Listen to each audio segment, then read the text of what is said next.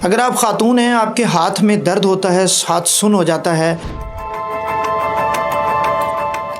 और मर्ज़ रात के वक्त इतना बढ़ जाता है कि आपकी आंख खुल जाती है,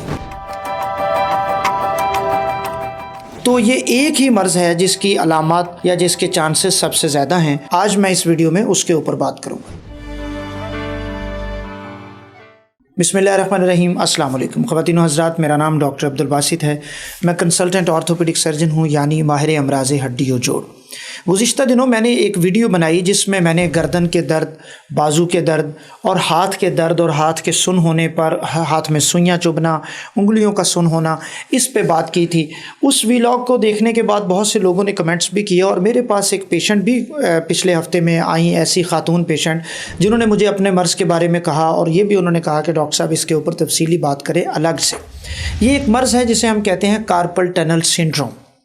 कार्पल टनल सिंड्रोम की आज मैंने आपको 3-4 चीज़ें बतानी हैं। नंबर 1, किन लोगों में इसके होने के अमकानात ज़्यादा हैं और इसमें होता क्या है। फिर कौन से टेस्ट ऐसे हैं जिसको घर बैठे करके भी या लेबॉर्ट्री से करवा के आप ये चेक कर सकते हैं कि ये मर्ज़ आपको है या नहीं। और आखिरी बात ये कि फिर इसका इलाज क्या है। सबसे पहले आते हैं कार्पल टनल सिंड्रोम के ऊपर। होता यूँ है कि मरीज़ को उसके हाथ में, अंगूठे में, इस उंगली में और ये जो दरमियानी उंगली, ये उंगली है रिंग फिंगर जिसे हम कहते हैं, इसके हाफ हिस्से में दर्द होना शुरू हो जाती है। हाथ सुन्न होना शुरू हो जाता है, कीड़ियाँ चलना शुरू हो जाती हैं इसके अंदर। ये जो अलामत है ये कार्पल टनल सिंड्रोम की एक बड़ी क्लासिकल अलामत है। लेकिन हमारे मरीज़ जो हैं वो इसको मिक्स कर जाते हैं गर्दन दर्द और बाजू के दर्द के साथ, क्योंकि गर्दन की जो दर्द है, जो गर्दन के मोरे हैं, जो डिस्क हैं, उनमें जो मसला होता है बाजू का, उसकी दर्द भी नीचे की तरफ, हाथ की तरफ आती है, तो ये चीज़ें मिक्स हो जाती हैं। सो इसको मिक्स ना करें। कार्पल टनल होती क्या है? ये जो हमारी रिस्ट है, यहाँ पे जो हड्डियाँ हैं उन्हें कहते हैं कार्पल बोन्स। छोटी हड्डियाँ जो होती हैं, 4 आगे होती हैं, 4 पीछे होती हैं। उन कार्पल बोन्स के ऊपर कुदरत ने एक शीथ रखी होती है, एक बैंड की तरह का लिगामेंट होता है, उसे कहते हैं कार्पल टनल लिगामेंट। वो उस ट्रांसवर्स लिगामेंट, उसके नीचे से मुख्तलिफ स्ट्रक्चर गुजर के हमारे हाथ में आते हैं। एक ब्रिज बन जाता है ना, उसके नीचे से स्ट्रक्चर गुजरते हैं। उसमें से एक स्ट्रक्चर है, उसे कहते हैं मीडियन नर्व। जब इस जो टनल है इसका प्रेशर बढ़ जाता है और वो जो मीडियन नर्व है उसके ऊपर प्रेशर बढ़ जाता है, तो फिर उस प्रेशर के होने से ये अलामात होना शुरू हो जाती हैं। इसमें मुख्तलिफ लोगों में इसके होने के अमकानात ज़्यादा होते हैं। मसलन ख़वातीन में इसके अमकानात बहुत ज़्यादा हैं। मर्द और ख़वातीन की अगर हम रेशो की बात करें तो ख़वातीन में 3 गुना ज़्यादा चांस है मर्दों की निस्बत। नंबर 2, अगर हम चीज़ देखें तो प्रेग्नेंट फ़ीमेल्स में इसके होने के अमकानात बहुत ज़्यादा हैं। हामला ख़वातीन में चूँकि जिस्म में फ्लूइड बढ़ जाता है, प्रेशर बढ़ जाता है, तो उसकी वजह से इसके चांसेस बढ़ जाते हैं। शुगर पेशेंट्स में इसके चांसेस हैं। हाइपोथायराइडिज़म एक बीमारी है, उसमें इसके चांसेस हैं। या आपको रिमाटॉयड आर्थराइटिस हो, इसको गंठिया कहा जाता है, उसमें इसके होने के चांसेस हैं। फिर बाज़ लोग ऐसे होते हैं जिनमें ये यहाँ पे कोई फ्रैक्चर हुआ हो, आपकी हड्डियों का फ्रैक्चर हो, रिस्ट की जो बोन्स हैं उनका कोई फ्रैक्चर हुआ हो, तो उसकी जो अलाइनमेंट है वो डिस्टर्ब हो जाती है, उनकी शेप डिस्टर्ब हो जाती है। वो भी फ्यूचर में बाद में जाके अमकान बन सकती है और वजह बन सकती है कार्पल टनल सिंड्रोम की। स्मोकर्स में इसके चांसेस बहुत ज़्यादा होते हैं। ओबेसिटी जिसमें होती है, जो मोटे लोग हैं, उनमें इसके चांसेस ज़्यादा होते हैं। लिहाजा ये कुछ लोग मैंने आपको बताए जिसमें इसके होने के चांसेस ज़्यादा होते हैं। अब अलामात क्या हैं वो मैं आपको पहले भी बता चुका हूँ। हाथ का ये हिस्सा सुन्न हो जाता है, कीड़ियाँ चलती हैं, दर्द होती है, बाज़ लोगों में तो इसमें कमज़ोरी भी हो जाती है। अब घर बैठे जब आपको ये अलामात हो रही हैं, आप वीडियो देख रहे हैं और उसके बाद आप ये सोचते हैं कि मुझे ये मर्ज़ है या नहीं, तो कुछ टेस्ट ऐसे हैं जिन्हें हम क्लिनिकल टेस्ट कहते हैं। ये बड़ी इंपॉर्टेंट चीज़ मैं आपको बता रहा हूँ। क्लिनिकल टेस्ट बेसिकली डॉक्टर्स करते हैं, हम क्लिनिक पे करते हैं, मैं करता हूँ। वहाँ होता क्या है, एक बड़ा कॉमन टेस्ट है जो हम वहाँ पे क्लिनिक पे करते हैं, उसे कहते हैं डर्कन्स टेस्ट। डर्कन्स टेस्ट में ये किया जाता है कि मरीज़ की ये वाली जगह, ये जो रिस्ट का एरिया है जहाँ पे नीचे बोन्स होती हैं, यहाँ आप अपना अंगूठा रखें, हाथ सीधा करें, अंगूठा रखें कम से कम 30 सेकंड के लिए। 30 सेकंड अंगूठा रखने के बाद अगर आपका ये अंगूठा ये उंगली और इस उंगली का आधा हिस्सा सुन होना शुरू हो गया है। इसमें आपको वही फीलिंग्स आना शुरू हो गई हैं जो आपको पहले आ रही हैं, तो फिर ये बहुत ज़्यादा चांसेस हैं कि आपको कार्पल टनल सिंड्रोम है। एक और टेस्ट होता है, उसे फैलन टेस्ट कहा जाता है। उसमें मरीज़ के दोनों हाथ जो हैं वो इस तरह कर दिए जाते हैं, नीचे की तरफ वोलर फ्लेक्शन कर दी जाती है।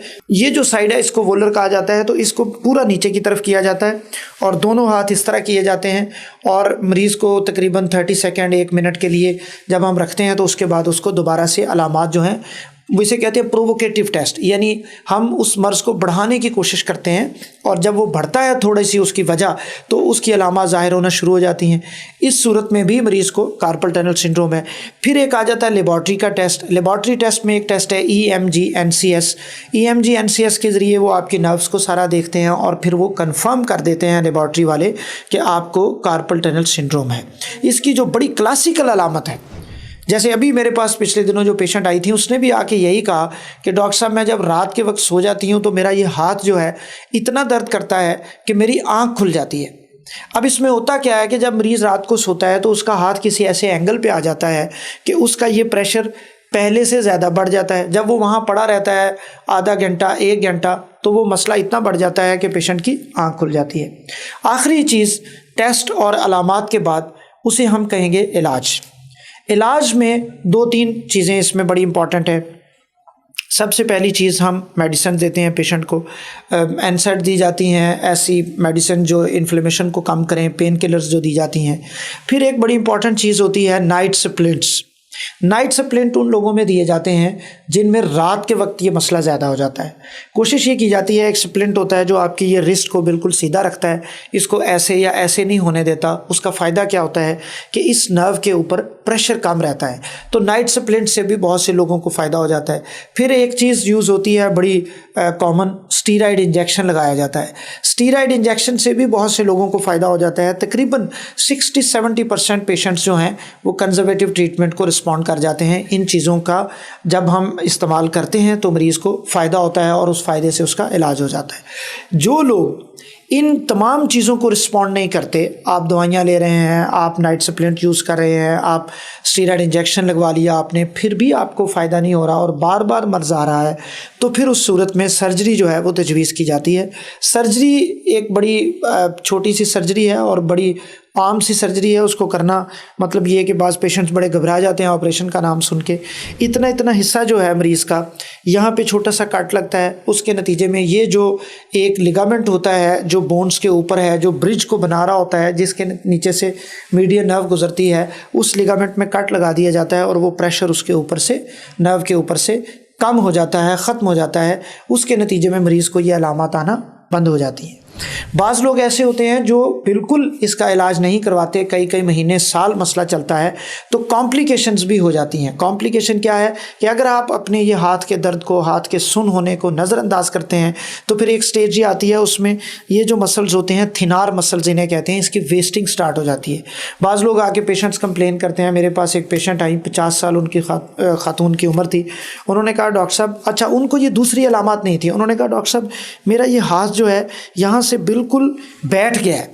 बिल्कुल एग्जैक्ट यही जुमला उन्होंने इस्तेमाल किया कि मेरा हाथ यहाँ से बैठ गया है, यानी ये जो थिनार एमिनेंस थी ये वेस्ट हो गई थी, क्योंकि उन्होंने एक लंबा अरसा इस मर्ज़ के साथ अपने सफ़र किया, ज़िंदगी गुजारी और उन्होंने उसका ट्रीटमेंट नहीं लिया, तो नतीजा क्या हुआ, यहाँ से मसल वेस्टिंग स्टार्ट हो गई। सो इससे पहले कि आप इतनी एक्सट्रीम स्टेज पे जाएं कि आपको मसल वेस्टिंग स्टार्ट हो जाए, आपकी हाथ जो है वो इतना सुन रहने लग जाए कि ऑपरेशन या इलाज के बाद भी आपको फ़ायदा ना हो, तो बेहतर है कि आप बर वक्त डॉक्टर से रिजू करें, ऑर्थोपेडिक सर्जन से रिजू करें और अपना जो ट्रीटमेंट है वो मेडिकल गाइडलाइंस के मुताबिक बनवाएं। और आखिरी बात, आपको जो इस चीज़ के बढ़ने के अमकानात होते हैं, जिस तरह मैंने शुरू में कहा, शुगर पेशेंट्स में, डायबिटिक पेशेंट्स जो हैं, स्मोकर्स जो हैं, ख़वातीन जो हैं जिनका लाइफस्टाइल बहुत सेडेंट्री होता है, मोटापा बहुत ज़्यादा होता है, उसमें इनके चांसेस ज़्यादा होते हैं। सो हमेशा एक हेल्दी लाइफस्टाइल अपनाएं। डॉक्टर अब्दुल बासित को आज इस सेशन से इजाज़त दीजिए। आपके फ़ीडबैक का, सवालात का इंतज़ार रहेगा। अल्लाह हाफ़िज़।